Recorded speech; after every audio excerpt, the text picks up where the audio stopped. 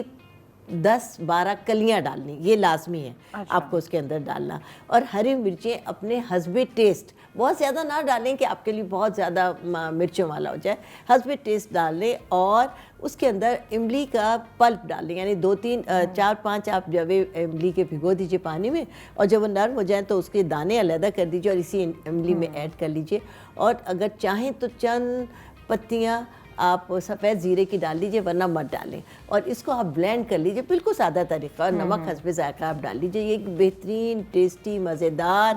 اور یہ کافی دن تک اسٹور بھی کر سکتے ہیں نا اس کو، ہفتے بھر تو آرام سے چل کے اسٹور کریں کیونکہ روزانہ نہیں، اتنی ساری بن جائے گی. آپ اس کے اندر آئس کیوبز میں ڈال کر رکھ دیجئے تو آپ روزے سے تھوڑی دیر پہلے وہ نکال میلٹ ہو کر آپ کی پراپر وہ فریش ہو جائے گی، بالکل فریش چٹنی بن جائے گی. اور یہ آپ اپنی